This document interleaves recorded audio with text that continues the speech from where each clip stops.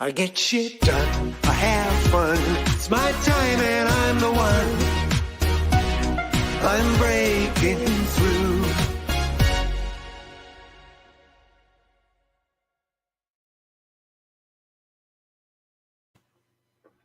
Hello and welcome to another episode of the Business Renovator. I'm Coach Phil. But more importantly, a life without excuses is a mindset for greatness. Okay, you got to admit that's worth hearing again, isn't it? A life without excuses is a mindset for greatness. I have a wonderful woman, super mom of America, who's going to come up and talk and share some ideas and around that.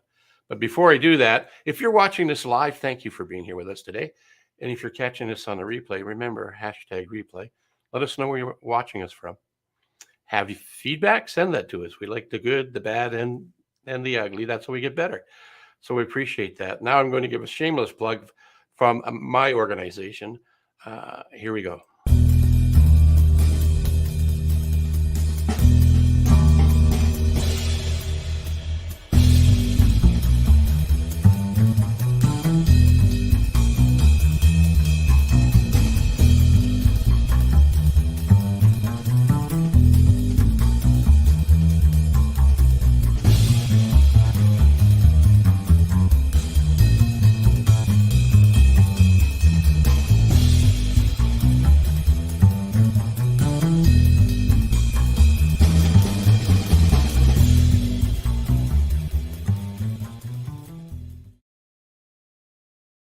So if you're a business owner, entrepreneur, or wannabe, maybe a sales rep or a director of sales, VP of sales, if you ever have a question for a business coach, perhaps it's around the topics of time, team, money, exit strategy, or succession planning, reach out. My email is phil@coachphil.ca.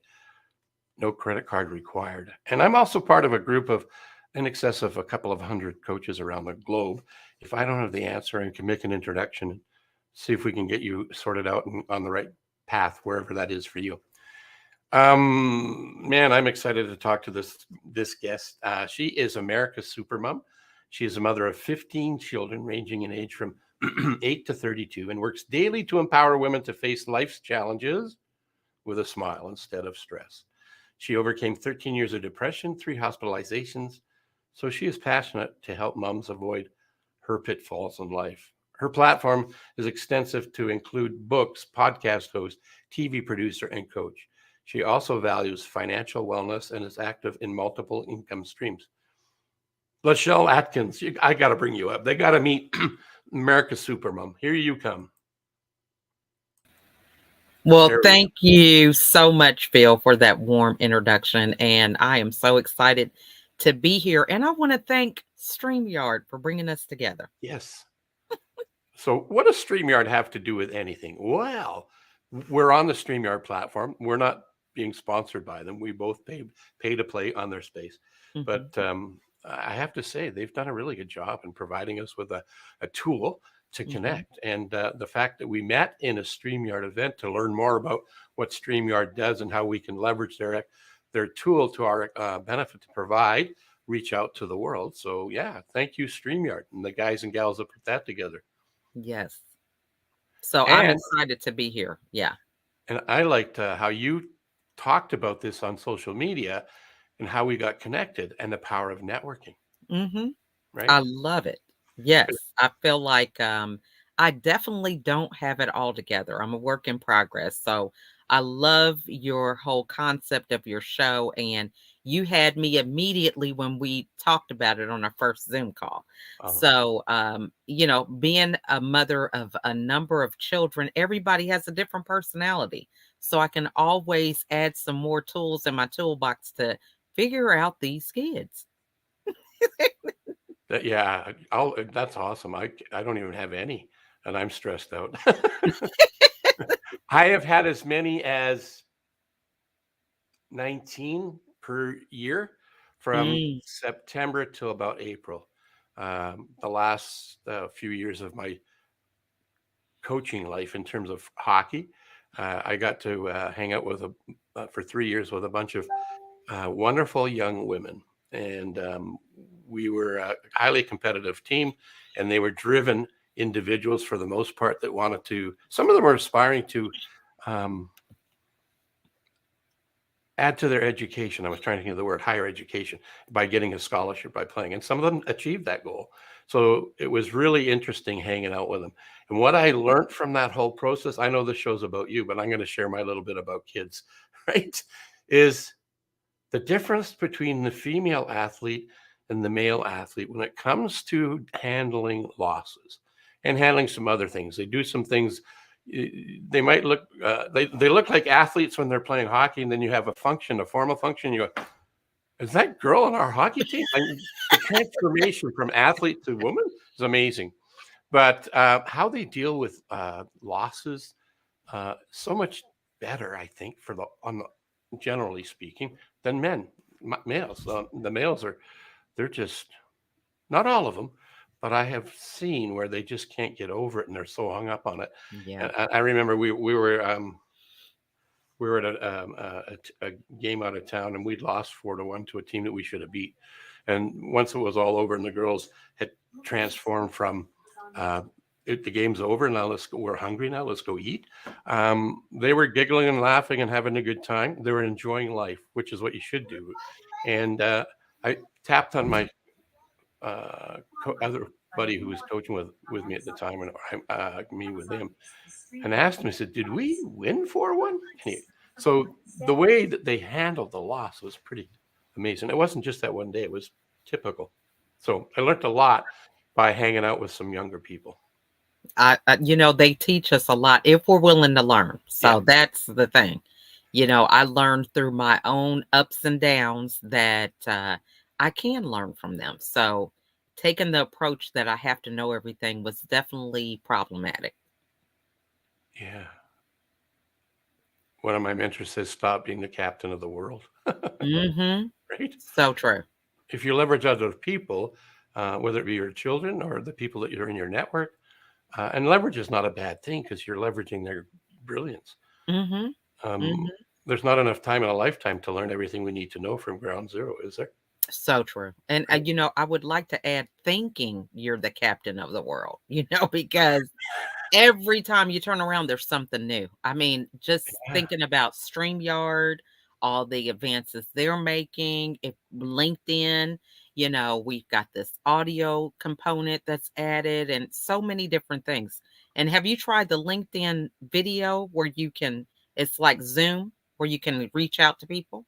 So I love it. Yeah. So much, you think you know everything and there's something new every day. Yeah, it's always evolving, right? Some of the things they Mm-hmm. change are great, and others you go, why did they take that away? Right. No, I'm not picking on you, LinkedIn, just in general. Right?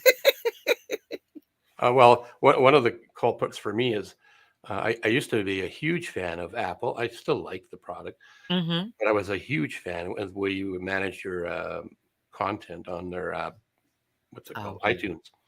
And they changed it and moved things around. And I went, why did you? I understood it before. Now I don't. Yeah. Right. You got to be flexible and willing to learn. If you just say, hey, tomorrow is a new day, literally, you're going to be getting exactly what you're expecting because it's always going to be something new, right? How did you come up with your name other than you had lots of kids? Well, I had a coach who was from the UK, and part of her helping me with my brand was for me to give her all of my media that I have done, different programs. She just wanted to know as much stuff as she could about me. Right. So there was a story done with the local news here in Atlanta, and they titled it Supermom. And so she just thought that was kind of basic. And because she was from the UK, she said, what about America's Supermom? So I thought, well, it does have a good ring to it. And over time, I feel like I have grown to really appreciate it because a lot of my life in dealing with this whole situation of depression and that part of my journey of 13 years was the belief of following the American dream. I always did well in school. I met my husband in college, got a degree with marketing through the business school. However, I felt like I had to choose between my career and being a mom. I felt like I couldn't do them both. And so, although I spent all my time that I knew following this American dream, I just felt like it just wasn't my reality. And I struggled with trying to figure out what was next. And so now, with that moniker for my brand, I've grown to really define my own American dream. And that is with me being successful in business and with motherhood and not having to choose between either one. So it's interesting you said you chose between a career or being a mom. Mm-hmm. You probably thought about this, but just in case you haven't, you didn't. You chose a different career. That's all. You had a career. Right. Raising them 15, creating 15 human beings and then raising them. That is a career in itself, right? So true. Yeah. But see, I was an only child, so I didn't get that. Wow, what a Right. difference. Yeah. Didn't get that practice. So I'm telling you, I had to learn about communication, resolving conflict like every day. So one of the things that really stands out to me is I think we had like 4 kids at the time. So my husband has always been the only breadwinner, with the family growing. So, it's understandable that if we had cereal, we would just have one box. So we getting the kids ready with their breakfast, and one says she's copying me because she's getting the same cereal. Now, there's no other options at the table. So I'm like, how do you go through this? How is she copying you when that's the only thing available? So yeah, stuff like that. Well, that's got to be a transferable skill. I would transferable skill for business. Let's finish that thought. And then the Mm-hmm. other is that you were working on your masters of mankind, raising 15 kids, right? And it's Right. probably, a master's you'll never get a diploma for, or a piece of Exactly. paper, right? Well, and it comes in different forms, right? Because, Yeah. they get their diploma or they get their graduate degree. So yeah, it comes out different ways. I'm working on my master's of street smarts. I Uh, I hear you. and I'm working on my masters of technology, okay? Because we were talking about this before we went live, yeah, that you say, "Oh, I'm going to do video," and you come up with your message, and then you get on camera and you've got to do all the stuff behind the scenes. Where are the comments? What's the lighting like? Making sure you're engaging, even promoting it in real time while you're recording. I mean, just so many things. yeah, like adding this. We Mm, have a LinkedIn user who remains anonymous. I don't know who it is. mhm. It's got to be somebody that knows one of us. Uh, Right. and they hashtag you. That's awesome. That's Thank all. you, anonymous LinkedIn user. Thank you for being here. Yeah. I'd say your name, but I don't know who you are. I don't know if that's a function of LinkedIn or not LinkedIn, but StreamYard, where they may have to give permission to StreamYard to. Oh, that might be I because think, that's how it is on Facebook. So yeah, yeah. that's one of those tech things that we're learning See, about. but look, we're learning every day. So in your introduction, you talked about 13 years of being depressed. Mhm. Would you mind talking about that a little bit for people to hear about that? Absolutely. And I love this question because, in my mind, I was a high achiever. So I felt like, there was nothing but success if that's what you're striving for. So depression for me was, what my definition that I encountered from other people was that you are demotivated. You're in the bed, you're not really having any drive to do anything. So the fact that I was juggling being a mom, children, their schedules with extracurricular activities. My husband, he was an officer in the military as well as being a pastor. So all these different roles that we were responsible for taking part in, and just being actively busy all the time, I didn't even think that I was depressed. For me, it looked totally different. It was really being unfulfilled, and the whole thing of being my own version of a bully, because no matter how many compliments people gave me about, my kids being well behaved or doing well in school and getting to school on time and always being prepared in class, regardless of having so many siblings. It just didn't resonate with me because my own voice I heard that much louder by having this checklist of a million things that I wanted to do in a day. And when I didn't accomplish them, I was telling myself that I was a failure because in my life of being an only child and a high achiever, there was no excuse. I just got stuff done.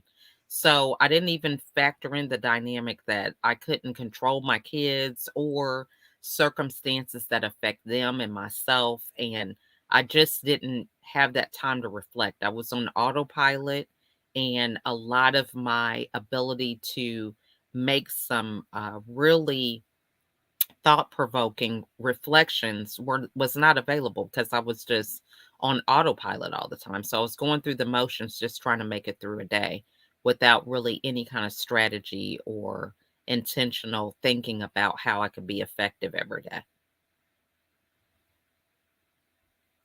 I'm still with you. You were talking about moving things around. I'm listening to you because I think it's awesome, but I was also trying to see what it looks like if I was to look at the LinkedIn live feed. I've never done that, so Okay, you're good. that's why I Hey, was. I don't mind being a guinea pig.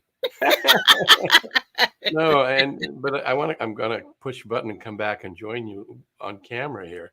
Mm-hmm.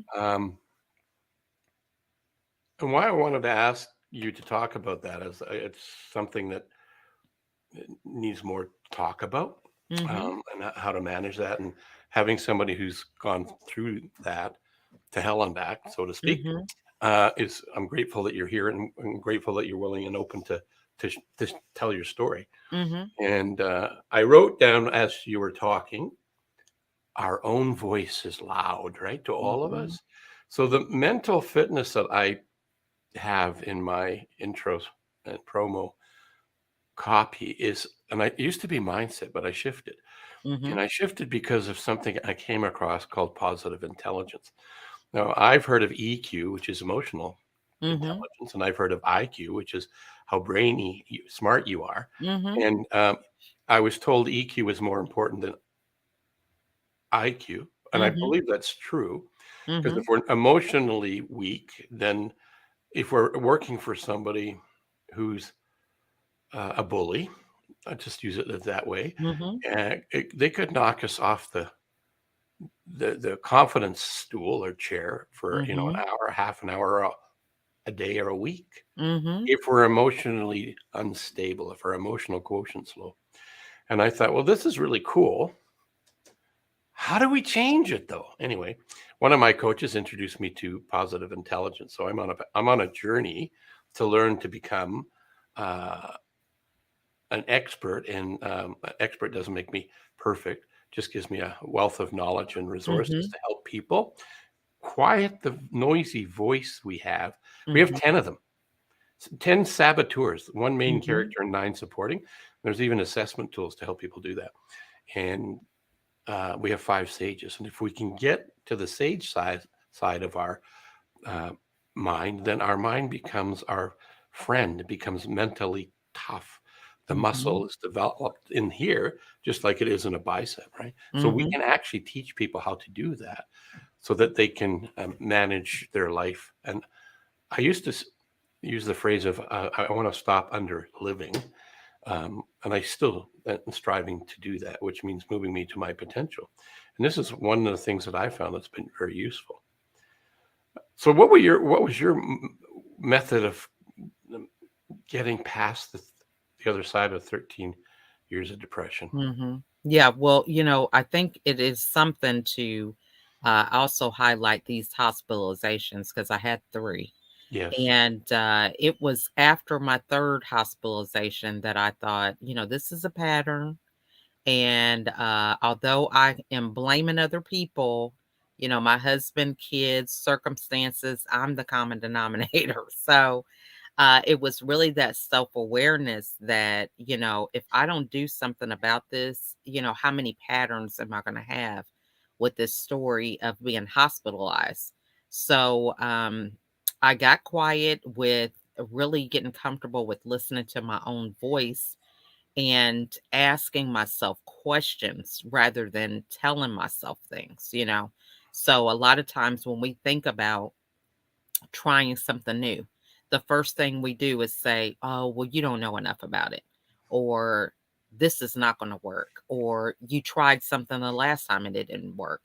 You know, those are all kind of like they're statements, they're, you know, accusations in some format. But when you begin to ask yourself questions, you know, how can I be successful in this business idea? Who are some people that I can connect with? It prompts you to take action, to think a little differently, and your brain just opens up in a different way. So I got to this situation of really asking, why is this the third time that I've been hospitalized? You know, and did that inner work. So I created a program that I myself went through first that I call the Fresh Start. And it deals with 5 pillars in terms of overcoming depression, but then the maintaining of a life depression free. So the first pillar was so important because I had a fear that if I didn't do something, I was going to be on this cycle of being in these hospitals over Mhm. and over again. So fear as fuel was the first element. The next one was reframing my story, getting to the point to where I can empower myself to share about my past and not feel like it was something I had to hide and put in a closet under lock and key, and then just have this existence that was totally foreign into this new area that I wanted to go into. The next thing was like envisioning my success. Although what I was living was not where I wanted to be. I was striving to be somewhere different.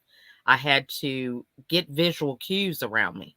If it was a vision board, mantras, you know, different things that reminded me of where I was headed. The next thing was creating a support group to where I was able to continue to grow and evolve without feeling like I had to bring my family with me and trying to do all these things with them trying to have change when I wasn't strong enough for that. And then the last element is healing, which takes a lifetime. So always being conscious that although you can arrive in one area, you still could be a work in progress everywhere else. Yeah, that's brilliant. I like the idea of the work in progress. I explain it to the people I get to work with as a cycle, a life, the Mhm. learning cycle of life. And I Mhm. used to think it was a ladder or steps when I was first introduced to it. But what I found was, myself included, and the people I worked with, we get on top of this plateau, the Mhm. landing at the top of the stairs, and we kind of sit there, pound our chests, and go, "Wow, aren't we great?" Yes, we are great. That's true. Well, what's next? Not in the sense of um, not it's not just for the sake of what's next, but now that I've learned and overcome challenges like you've just described here, Mhm. what else could I do next? What could I do next? Mhm. Now that I have new um, competencies Mhm. and confidences, what can I? Because I've grown into something bigger and better. And when I say Mhm. I mean everybody I work with. And then you've just described that in your own way, that you've become something more than you were when you started, Mhm. but you're open to uh, learning some more, which is what I'm referring to as the, the landing. We haven't landed. It's just another stepping Mhm. stone, right?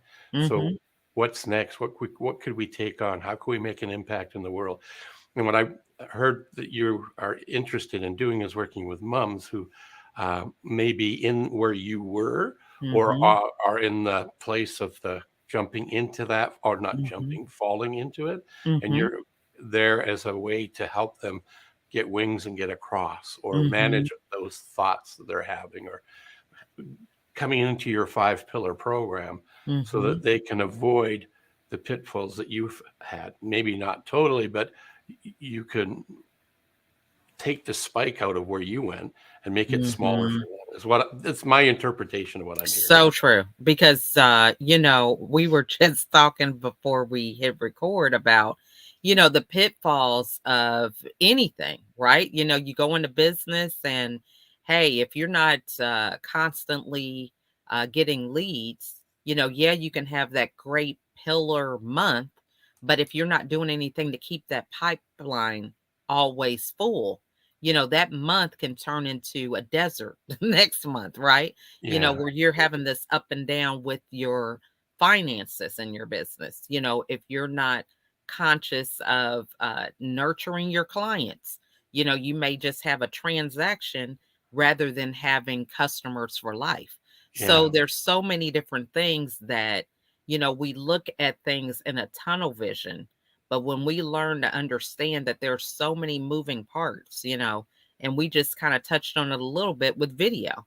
yeah, You've got all these options. You could put me on the screen by myself, or you're beside me, or, we can have audio and video clips and all these different things that we're learning, so there are more than what meets the eye. So it's about really learning how to manage those things and leverage them in a way so that you can be a lot more successful.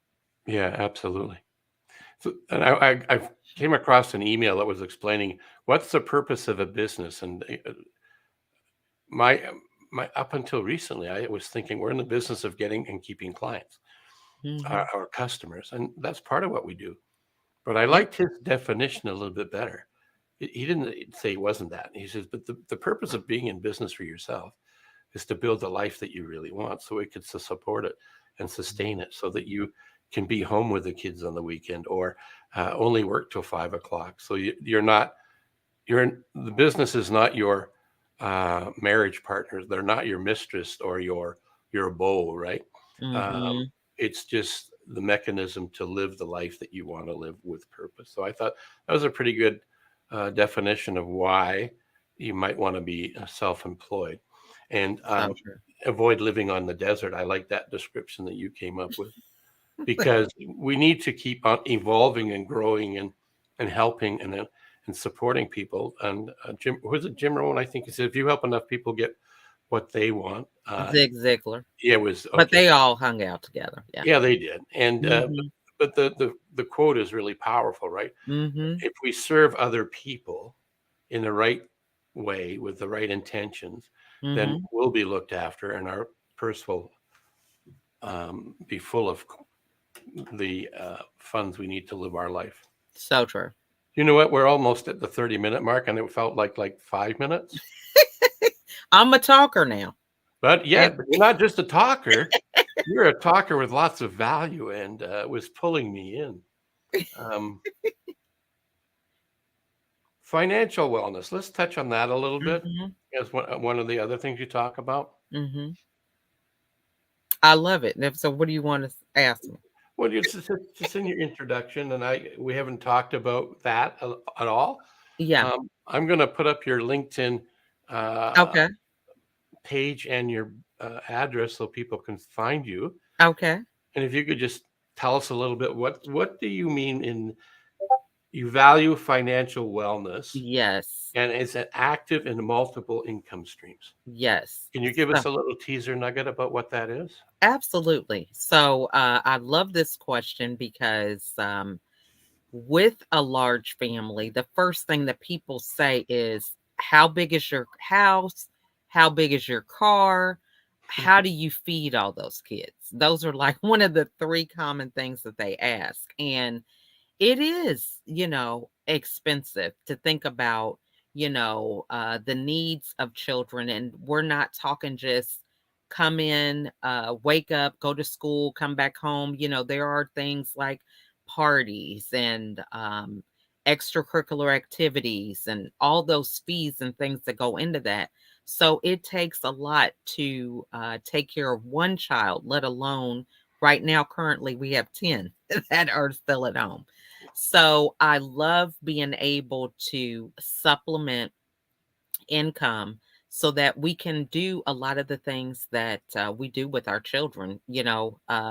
We had during the pandemic, kids are still going to be kids. They desire to get out, do things just like the next person. And one of our daughters had a birthday during the pandemic. Well, everybody did, but for one child, we rented out a movie theater uh, so that we could have a private theater during the pandemic and not have to worry about other people being in the theater. And just having options like that is possible because of multiple streams of income.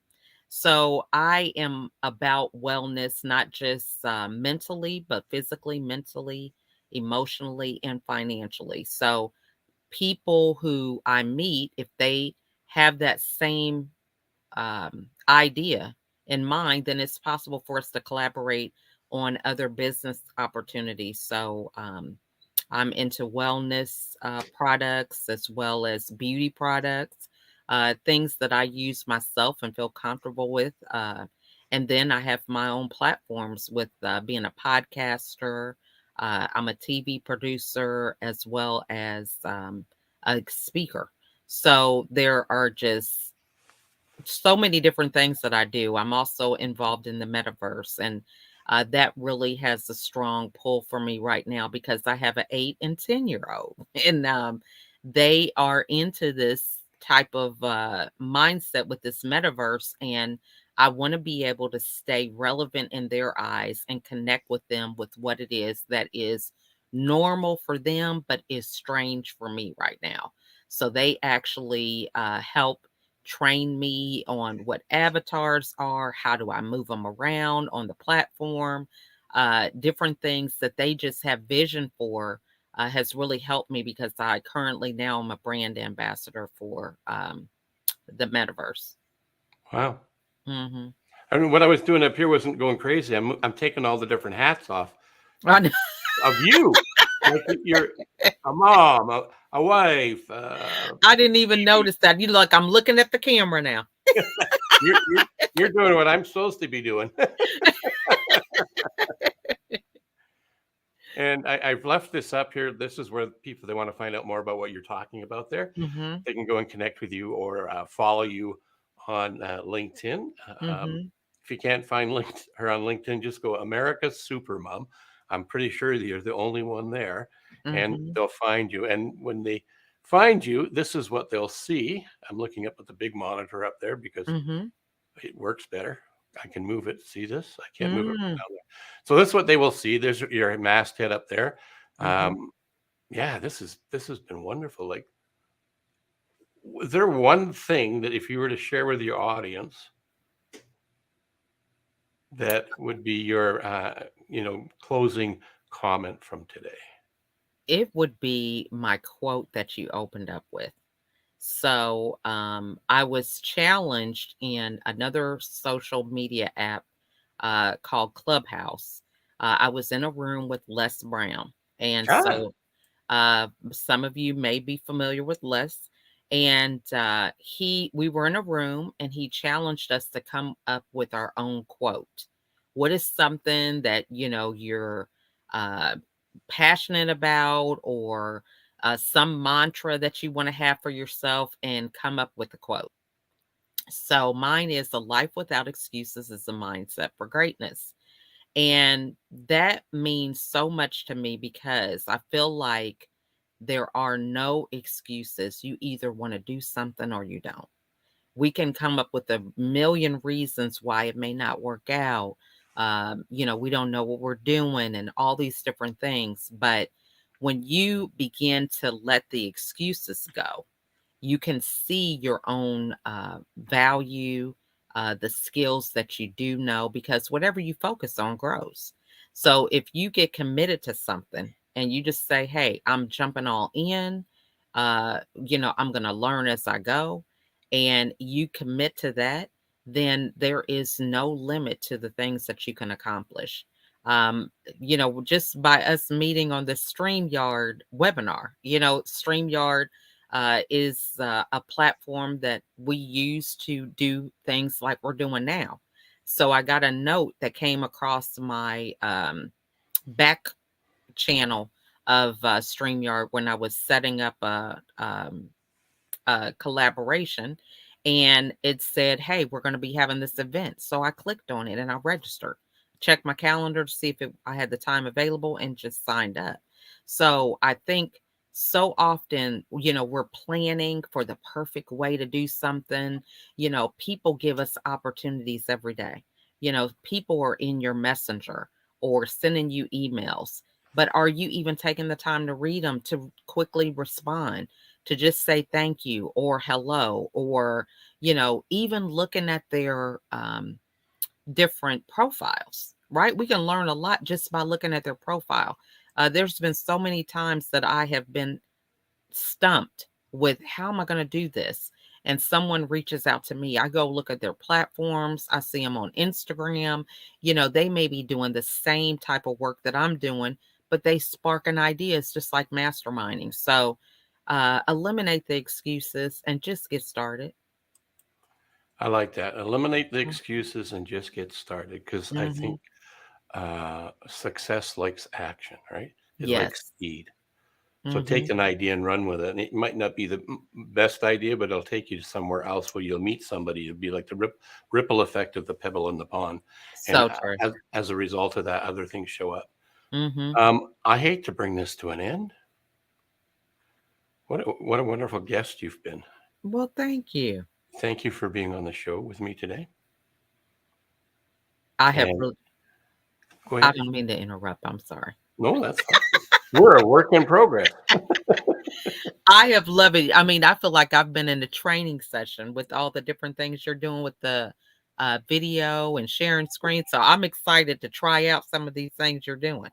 Cool. I look forward to seeing how you manage that yourself. It's interesting, and it's never dull.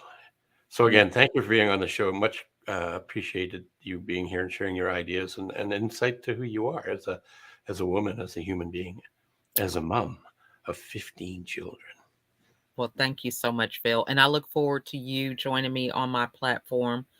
You have so much wisdom and insights, and we got to see what else you're reading here, because I'm an avid reader.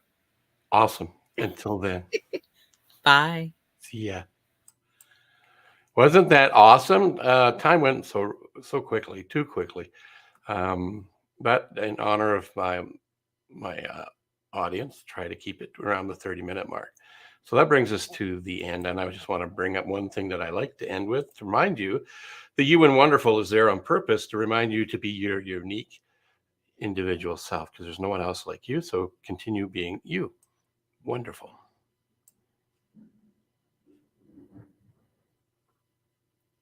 I get shit done, I have fun. It's my time and I'm the one.